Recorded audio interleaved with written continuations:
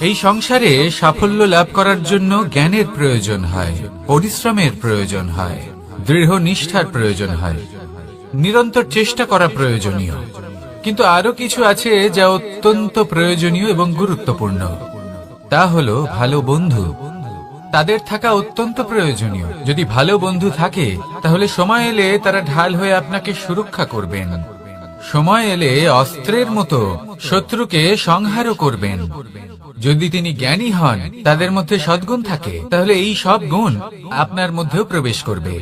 তাহলে সাফল্যের জন্য ভালো বন্ধু পাওয়া অত্যন্ত প্রয়োজনীয়। কিন্তু শুধু বন্ধু কেন, ভালো শত্রুও থাকা প্রয়োজনীয়। এবার আপনি ভাববেন, আমি কি বললাম? যদি আপনার জীবনেও ভালো অর্থাৎ শক্তিশালী শত্রু থাকে, তাহলে আপনিও শক্তিশালী হতে থাকবেন। এই শত্রু আপনাকে প্রেরিত করবে আরো বেশি শক্তিশালী হয়ে ওঠার। কখনো কোনো হরিণকে দেখুন, তীব্র গতিতে দৌড়তে থাকে। কেন তীব্র গতিতে দৌড়য়? এই কারণে নয় যে কোথাও তার জন্য মধুর ঘাস অপেক্ষা করে রয়েছে, না। সে এই কারণে তীব্র গতিতে দৌড়য় কারণ সেটা না করলে তার পেছনে একটি সিংহ আছে যে ওকে নিজের ভোজন করে ফেলবে। তাই জীবনে বিপদ, সংকট, এই সবকিছুও হলো অত্যন্ত গুরুত্বপূর্ণ। তার সম্মুখীন হতে শিখুন আর আমার সাথে ভালোবেসে বলুন, রাধা রাধা।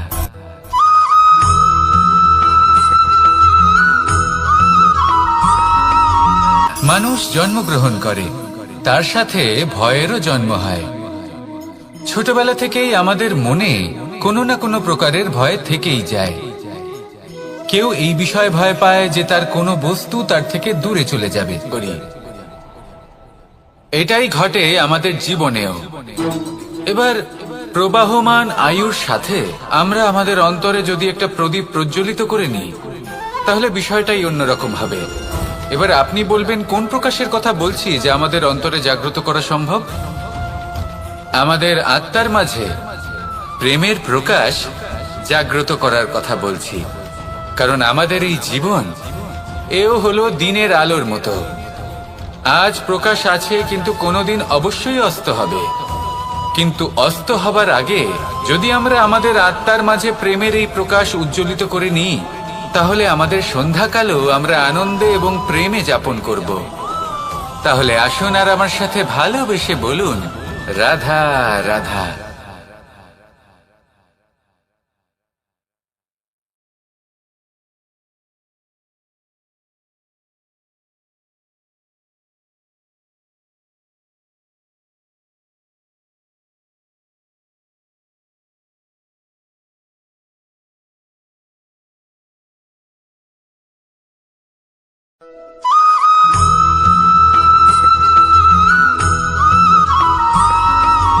আমাদের শরীর প্রকৃতির সর্বশ্রেষ্ঠ রচনা। যে অঙ্গ প্রত্যঙ্গ আমরা লাভ করেছি, প্রত্যেকটির মধ্যে একটি নিজস্ব বার্তা রয়েছে। একটু ভেবে দেখুন, দুটি চোখ দিয়েছে দেখার জন্য, দুটি কান দিয়েছে শোনার জন্য, নাসিকাও আছে দুটি, দুটি হাত দিয়েছে দ্বিগুণ পরিশ্রম করার জন্য। কিন্তু জীব শুধুমাত্র একটি। তার উপরেও তীক্ষ্ণ বলিষ্ঠ দাঁত দিয়েছে তার রক্ষার জন্য। কখনো ভেবে দেখেছেন কেন?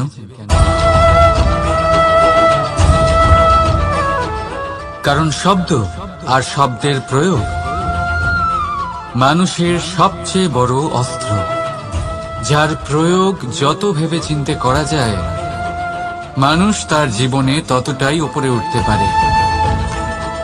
তাহলে মনে রাখুন, দেখুন, শুনুন আর বুঝুন বেশি, বলুন কম।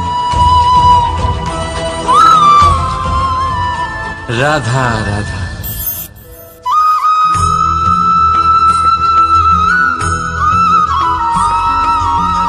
যখন আমরা কোনো বনে প্রবেশ করি, তখন এই সবুজ ঘাস দেখে, এই কোমল ঘাস দেখে আমাদের মন প্রফুল্ল হয়ে ওঠে। ভিন্ন ভিন্ন প্রজাতির ফুল, ভিন্ন ভিন্ন রঙের ফুল দেখে এই মন আনন্দে ভরে ওঠে। এখানে শিশুরা আনন্দ লাভ করে, বড়রা ভোজন গ্রহণ করেন, কথাবার্তা বলেন, হাঁটাহাঁটি করে বেড়ান। এবার ভেবে দেখুন, যখন এই উপবনের নির্মাণ হয়েছিল সেই সময় যদি এই মাটিকে সঠিকভাবে খনন না করা হতো, যদি তাতে সঠিকভাবে বীজ রোপণ না করা হতো, যদি কোনো সংঘর্ষ না হতো, পরিশ্রম না করা হতো, যদি চলতে চলতে পায়ে কাঁটা না বিঁধে যেত, তাহলে এই সুন্দর বন দেখে আমরা কি এই আনন্দ লাভ করতে পারতাম? কখনোই নয়। ধরুন কোন নদীর তটে সুন্দর একটি বন আছে, সেই বনের আনন্দ লাভ করতে গেলে আপনাকে সেই নদী পার করতেই হবে। যদি সুখের নদীর কাছে পৌঁছতে চান, তাহলে তটে যে কাঁটা রয়েছে সেগুলোর সাথে সংঘর্ষ করতেই হবে। এই সংসারে যদি আপনি সুখ লাভ করতে চান, তাহলে সুখ লাভের এই যাত্রা শুরু করতে হবে সংঘর্ষ দ্বারা। তাহলে সংঘর্ষকে স্বাগত জানান, এর পেছনেই সুখ রয়েছে যা আপনার জন্য অপেক্ষা করছে। এবার হাসুন আর আমার সাথে ভালোবেসে বলুন, রাধা।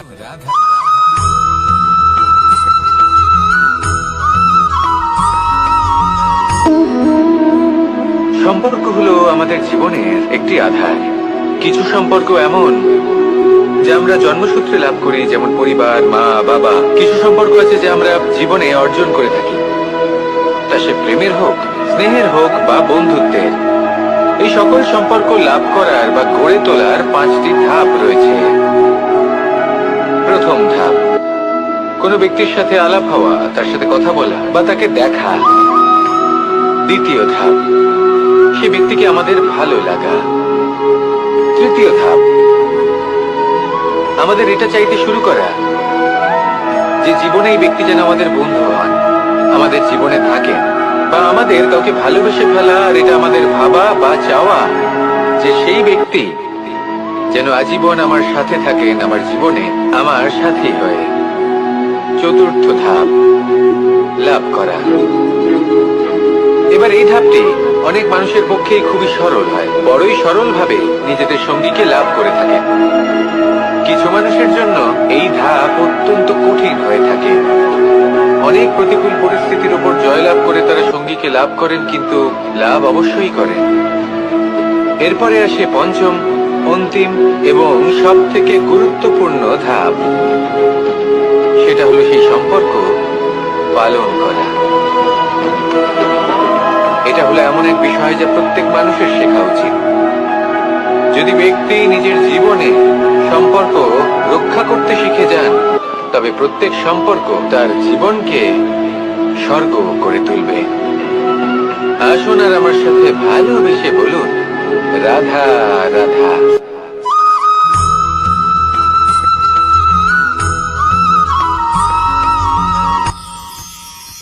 মানুষ তার জীবনে দুই ধরনের পরিস্থিতিকে খুব ভয় পায়। এক, কোনো কারণবশত কারোর সামনে নত হওয়া। দুই, কোনো কারণে নিজের চরিত্র কেন হয়? এটা তখনই হয় যখন আমাদের শিক্ষা এবং মূল্যবোধের অভাব থাকে। যদি মানুষের মধ্যে প্রকৃত শিক্ষা থাকে, তাহলে এই সংসারে কোনো সময় এবং কারোর সামনেই নত হওয়ার কোনো প্রয়োজন নেই। যদি মানুষের মধ্যে মূল্যবোধ থাকে, তাহলে তাকে নিজের মূল্যবোধ বা চরিত্র থেকে বিচ্যুত হতে হয় না, তা সে যাই হয়ে যাক না কেন। কোনো বালককে যদি জন্ম থেকেই সুশিক্ষার অধিকারী করা হয়, শিক্ষিত করা হয়, মূল্যবোধের অধিকারী করা হয়, তবে সে এই সংসারে এমন কর্ম করবে যাতে সে নিজেকে, নিজের পরিবারকে, সমগ্র সমাজকে গর্বিত করতে পারে। শিক্ষা লাভ করুন, মূল্যবোধ লাভ করুন এবং আমার সাথে ভালোবেসে বলুন, রাধা রাধা।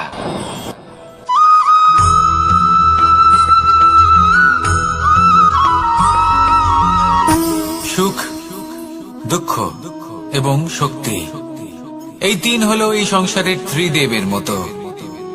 আমাদের জীবনে যা কিছু ঘটছে এই তিনটির ভিত্তির উপরেই হচ্ছে। আসলে এই সংসারের একটা নিয়ম আছে, যখনই আপনি কিছু লাভ করেন, এই সংসার আপনার পরীক্ষা নেয়। এটা জানার জন্য আপনার পরীক্ষা নেয় যে আপনি যা কিছুই লাভ করেছেন আপনি কি আদৌ সেটার যোগ্য কিনা। ঠিক সেইভাবেই এই সুখ, দুঃখ এবং শক্তি আপনার পরীক্ষা নিয়ে থাকে। যখন সুখ আসে তখন সে আপনার পরীক্ষা নেয় যে আপনার মধ্যে অহংবোধ জাগ্রত হয়নি তো। যদি অহংবোধ চলে আসে তাহলে সুখ সেখানেই সঙ্গ ত্যাগ করে। দুঃখ আপনার ধৈর্যের পরীক্ষা নিতে থাকে, আর যদি আপনার মধ্যে ধৈর্য না থাকে তাহলে এটা আপনাকে আরো বেশি দুঃখের গভীর অন্ধকারে ঠেলে দেবে। সেখানে শক্তি পরীক্ষা নেয় আপনার বিনম্রতার। যদি আপনি বিনম্র না হন তাহলে হয় এই শক্তি আপনার সঙ্গ ত্যাগ করবে, নয় এই শক্তি বিনম্রতার অভাবে আপনার পতনের কারণ হতে পারে। এই সংসারে যে কোনো ব্যক্তি যিনি এই পরীক্ষায় উত্তীর্ণ হয়ে থাকেন এই জীবনে তিনি সাফল্য লাভ করেন। আসুন আমার সাথে ভালোবেসে বলুন রাধা রাধা।